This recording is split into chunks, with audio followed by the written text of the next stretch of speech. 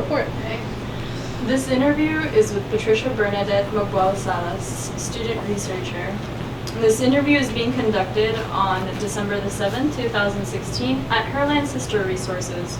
My name is Patricia Bernadette Maguel-Salas. I'm conducting this interview for the University of Central Oklahoma's Herland Sister Resources Oral History Project. Hi. Hello. And your name is? I'm Peggy Johnson. Could you give us a short, brief splurge of what you did at Herland? What I did? What did you do? Well, the first thing I thought when I walked in here, I wanted to say I textured these walls. Did you? And tore out, there was a wall there, and a couple of us tore that out. And then another friend had experience with drywall, and she fashioned the kind of faux corners there.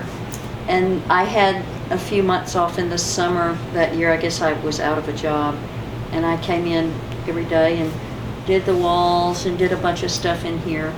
So that was one of the things. I also am a musician, so I played and sang at a whole lot of Herland events and retreats and things like that. I was also on the board for a few years where we did different things and, you know, ran the place in the late 80s, early 90s. Okay, so you literally built the walls of Herland. We built this city. The walls were here, but we were trying to kind of redo it, and we just kind of did it ourselves, and that was part of what I was able to do that particular year, is spend a lot of time open. This was 2 different rooms. I think there was just a door right there where you are. Was this in the beginning? The 80s? Well, the very beginning, Herland was over on, I think it was 17th and Blackwelder. Yeah, it might have been 18th and Blackwelder.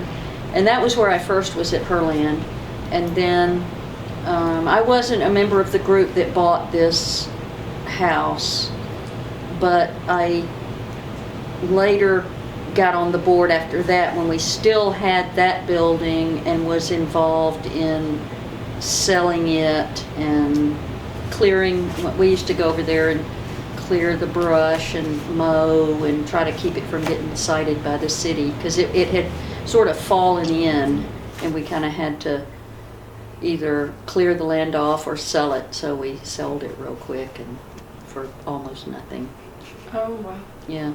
Okay, so I listened to a little bit of Dust Bowl Lullaby, and in one of the songs that the city was named after, you said you came to Oklahoma. So you're not originally from here? No, I'm originally from Georgia, and I wound up here because I was in the Navy, and I got kicked out of the Navy for being a lesbian, and my girlfriend was from here. So when we got out of the Navy, we kind of drove. We were in Philadelphia when we got out, and we were actually in Italy, and we came over here and got separated from the Navy, and then we drove through Georgia, and then we came out here sort of to see her family, and we were on our way to San Francisco or New Orleans or somewhere interesting. And circumstances caused us to stop here, and so I'm still here, and that was 1982. And one of the reasons I stayed here, I think, was Herland, because Herland was kind of a concept, and we saw a little flyer for it at a local lesbian bar, DJ's, and I can't totally remember. It probably said some sort of organizational meeting for a feminist bookstore or something like that. I mean, I really think the word feminist was in the title. And after I got out of the Navy, I was really feeling pretty radical, you know, that what did I have to lose now? So I wanted to meet these people, and we still hadn't planned to stay here. We're still on our way probably to New Orleans, where I had lived before. And we went to that meeting, and the people were nice, and then we wound up staying, and I had some personal things I had to take care of here, and so actually, I needed to sober up. I was drinking pretty bad, and I didn't know anybody here except for my girlfriend there, so we just stayed here, and we're still in touch. She lives in Arkansas, but I still live here, so. Retreats at Herland and any specific memories?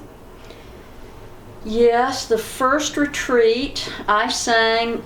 Mary Reynolds and I were the singers, and it was either at Osage Hills. I think it was Osage Hills. It was a really small state park. I wasn't involved in the board at that time, but the people had gotten, reserved a state park, and it was sort of a small one. And we went, and we had a wonderful retreat and did neat things and met each other. We made a lot of lifelong friends at that retreat. And we continued to have retreats once or twice a year for years and years. And I went to a lot of the early ones, like in the 80s and early 90s. And they were quite an event. We had music from like the women's music circuit.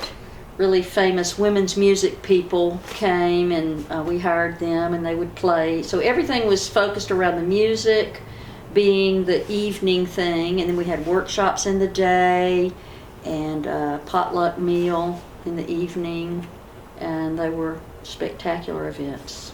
Did you attend any of the Pride events as well? Yes. Mary and I also sang at the very first Pride Parade, which was in 1988. This was the first parade one. There were a few events in the preceding years, but the first parade we had, I'm pretty sure, was 88. And that was really an exciting event. Some people came from out of state to kind of help plan it, and there were a lot of local people that planned it. I wasn't in with the planning, I was just the singer, and we all just congregated at Memorial Park on 36th and Classen, not sure what we were going to get into. We didn't know if there were going to be 20 people or 200 people. I think the official amount was 600, which was really a lot. We think there might have been 1,000, but there were a lot of people, and it was a really good event.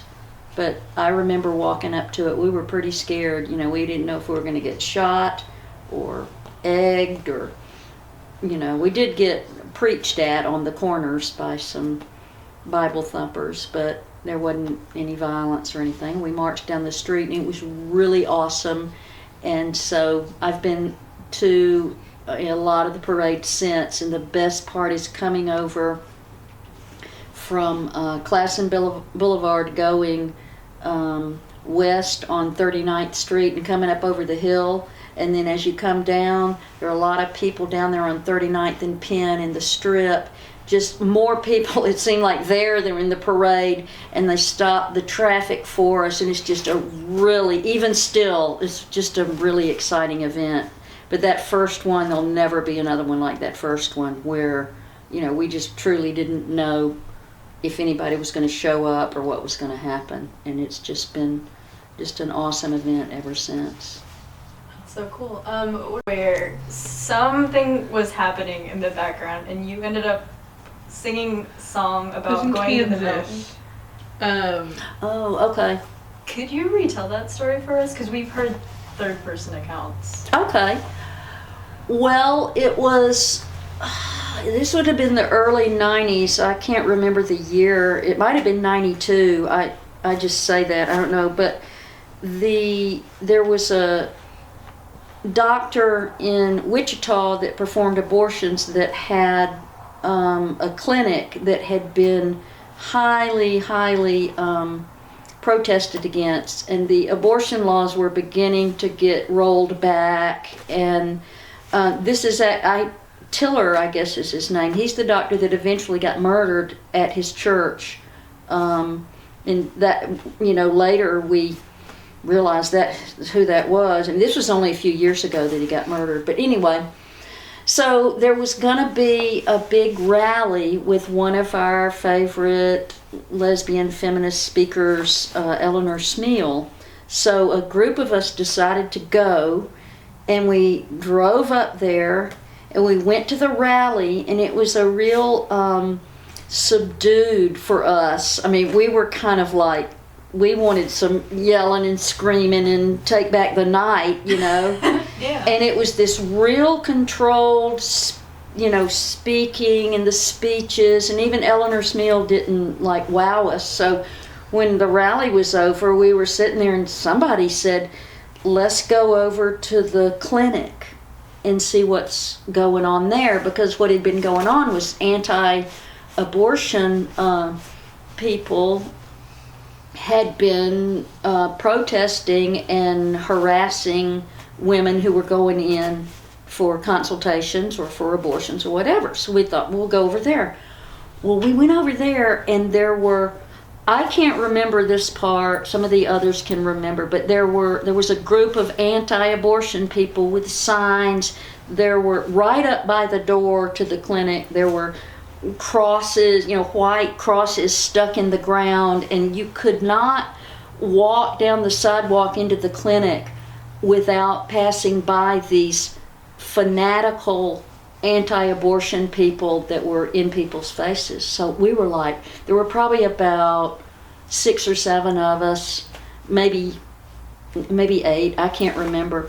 And we had our signs from the pro-choice rally, you know, real pro-choice signs. So we just got out and walked over there with our signs and planted ourselves on the corner. And it was a real busy street. And what we noticed was, as cars drove by, they were really ignoring it, because this had been going on for weeks, if not months, the anti-people. And the city had just sort of, you know, put their blinders on, the ones that weren't supporting it. They're just like, oh my God, what do we do? Well, what I noticed was, when we had our pro-choice signs, every now and then you'd get somebody look up and go, whoa, and, you know, thumbs up. It was like, we felt like we were the first people that had come to do a protest to the protest. So at one point, we're doing that, and the anti-people are sort of maybe crowding around us. Again, I don't remember that part very well. And I don't know if I came up with it or somebody else said, let's go sing the mountain song. I don't remember, because once we started walking and I started singing, I was sort of in this, I'm just going to call it a spiritual bubble. I really, you know what music can do to you. And we felt so tight and so in such conviction about how important it was that we were there, showing that we were pro-choice and we weren't going to let them take over that day anyway. And again, I've been to many protests. I've sung at them, I've marched in them, I've gone to it, and that one was, I felt that I was doing some of the most important work I've ever done just by being there with a sign. It was an incredible experience. But when we started walking down, again, I was in this sort of spiritual bubble, and I'm singing at the top of my lungs. And when I'm singing, you just can't touch me, right? And my friends were like crowded in around me. And I recall that some of them seemed like they were petrified, because we were walking down into the middle of these religious fanatic, sort of yelling and sharp, and mean people that selling that, abortion is murder and all this stuff. But we're singing, and my friends, who always sang with me some, they were singing at the top of their lungs. And we got down to the middle, and they followed me, and I finished the song, and then somebody said, Peggy, we're going to go back through, because we'd gone through, down a long sidewalk through side by side people down to where the crosses were and all this crap. So they said, we're going to go back now. And I said, okay. So I started singing this other song called Ain't Gonna Let Nobody Turn Me Around. It's a kind of an old song that was used during the civil rights movement, and I had learned it from a Joan Baez album. So I'm kind of the last one, and everybody else is like going, and I'm singing, and this guy is right behind me like, murderer, blah, blah. And I realized I'm singing Ain't Gonna Let Nobody Turn Me Around, and I'm not facing him. So I turned around and I sung it right into his face. And it was like, oh God, it was so powerful. And he sort of stepped back, and I didn't stop singing. And then I turned around and walked off because my this other friend was there, and I later found out that she might have been packing a gun, actually. And she felt like she was the protector, but I felt like that we were spiritually protected by the good works that we were doing by being there. And she was like, come on, we got to get to the end of the thing. And then I finished my song, and that was that. Yeah, I'll never forget it. Wow. That's really cool. That's awesome. Is it towards, I guess, a little bit after you had already been acquainted with all the Herland members? Did you cycle through Sister 1, 2, 3? Yes. This would have been, I don't know when I got on the board. It's probably early 90s, and then for a few years. And I probably cycled through, I went through at least once, and I don't know if I went twice. I really can't remember, because I was on the board for a number of years. And so yeah, I did go through the sister rotation. Do you feel like the consensus model was a good model? It's probably a good model. I'm not sure I was the best member of a consensus group. I think I'm kind of, I'm pretty outspoken, even though I'm shy about taking my clothes off in the woods with 1,000, 2,000 other women, I am kind of outspoken. And back then I definitely wasn't as patient and understanding of other people as in a group as I am now, and it was frustrating for me. So when I was on the board, I think maybe I didn't make the consensus model all that easy on anybody, because when I wanted everybody to recognize that, this was a dumb idea, and they didn't, because even though I knew they thought it was, but they just wouldn't say, that was really hard for me. So, I totally take responsibility for not being the best member of a consensus group. On the other hand, most of the decisions we made were not like life-changing, and they were consensus because there didn't need to be, they weren't that hard, some of the things we did. So, I can see, I'm getting a little riled up, and you're getting me a little serious look, but there was another friend and I were sort of having button heads, and so it was kind of that year was a hard year. I think not only for us, but for everybody else on the board, and I finally got off the board, and I think they did fine without me. I think some of the other members mentioned their hesitancy with saying that it worked all the time, because it didn't. You can't get everybody to agree with everything all the time. I think that's super utopian, doesn't work out all the time. But what was I gonna say? You mentioned that what brought you into the feminism. Do you remember the time when the idea of trans was brought up in the group? I was not very active in Herland when the trans phenomenon begin to have words for it, you know. I mean, Mhm. so I can't speak to how Herland handled that. What about incorporating multiculturalism, I guess? Like from what we've seen, a lot of the interviews are white women. What would you say about like them integrating different cultures and different races? Well, our original founder is an awesome black woman, Barbara Cleveland. So we sort of were spoiled to start out like that. However, it didn't develop very well. You know, not many black women showed up, and not many women of color, but they did.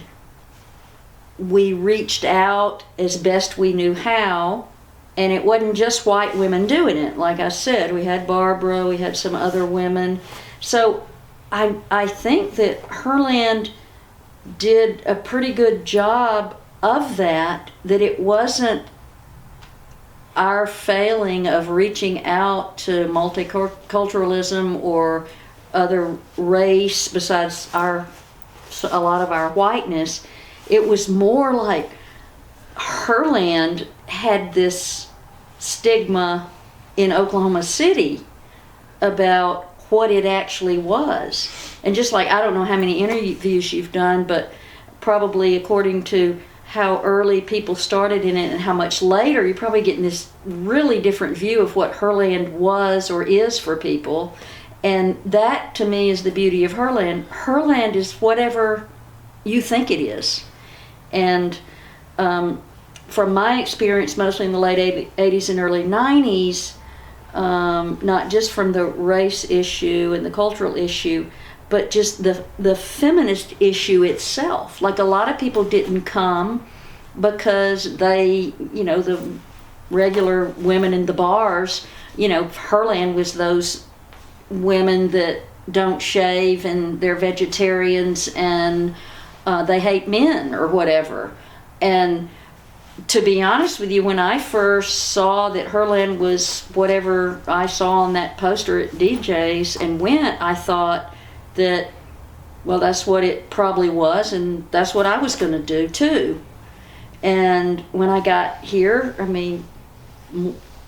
nobody was a vegetarian, and, you know, I never looked at their legs to know if they shaved or not. You know, I mean, I didn't shave because I just kind of thought I liked the hair, you know. And then when I would be nervous about the hair, then I'd shave sometimes and not shave sometimes. I mean, it was a personal thing. And then I wasn't a vegetarian, but to this day, people think I'm a vegetarian. And I wish I were a vegetarian, but my hair falls out and I can't make it work. So it wasn't just our lack of outreach that didn't bring people in, no matter what their race. It was, what is Herland? Nobody knew what Herland was. And Herland, like any group, is whatever the people that come make it. And that's why it's kind of beautiful that it still exists, because a lot of us that started out with it aren't still real involved with it. And the people that have been really keeping it going and for the last 10 years, some of them have been there all along, but a lot of them have a different vision of what it can be and what it can do. And I mean, that's the beauty of it. There is a correlation, I guess, between lesbians, hairy legs, and veganism, but that's another story. Yeah. So what did Herland word safe space, the phrase, when they referred to the group? And then not just as a physical place, but that group of people. What do you think Herland meant to you? Well, yeah, I never really thought of the safe space, you know, not just the space, but like you're saying, the concept and then the people. But yeah, it was that. On the one hand, I had gotten kicked out of the Navy. In the past couple of years, yes. Right? Can you tell us a little bit about her? Elaine I didn't know her extremely well, very deeply personally. You know, I mean, we did a lot of things together. We did a lot of activism together. She was a very smart person. She was very detailed and concise. She didn't really talk a lot, and she was soft spoken, but she said what she thought, and you could pretty much trust that. And she showed up where she was needed and where she thought she could be helpful. And so that's why, you know, that's one of my memories, is that I remember seeing her sitting on that couch. She was taking notes, and Barbara's like, okay, you'll be the secretary, you know. And then I kind of disappeared for a couple of years and sobered up, and she was just always around. And so that's what I remember about Elaine. We have all of her